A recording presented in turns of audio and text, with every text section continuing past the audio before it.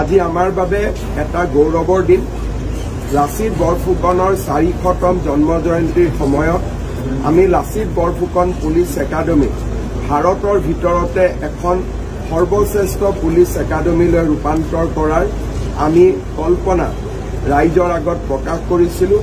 আজি মই গৌৰৱ অনুভৱ কৰোঁ যে অসম পুলিচৰ নিৰন্তৰ প্ৰশিক্ষণৰ উপৰিও এই লাচিত বৰফুকন পুলিচ একাডেমীত মণিপুৰ পুলিচ আৰু গোৱা পুলিচৰো আমি প্ৰশিক্ষণ কৰিব। নিশ্চিতভাৱে অসমৰ বাবে ই এটা ডাঙৰ গৌৰৱৰ বিষয়।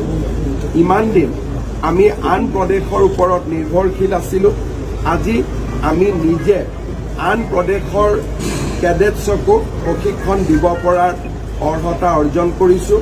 মই অসম পুলিচ আৰু অসমৰ জনসাধাৰণক আজিৰ এই দিনটোত অভিনন্দন জনাইছোঁ। আজি আমাৰ বাবে এটা গৌৰৱৰ দিন।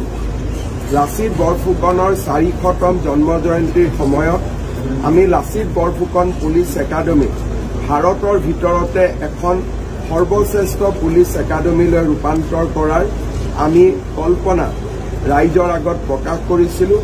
আজি মই গৌৰৱ অনুভৱ কৰোঁ যে অসম পুলিচৰ নিৰন্তৰ প্ৰশিক্ষণৰ উপৰিও এই লাচিত বৰফুকন পুলিচ একাডেমীত মণিপুৰ পুলিচ আৰু গোৱা পুলিচৰো আমি প্ৰশিক্ষণ কৰিব। নিশ্চিতভাৱে অসমৰ বাবে ই এটা ডাঙৰ গৌৰৱৰ বিষয়।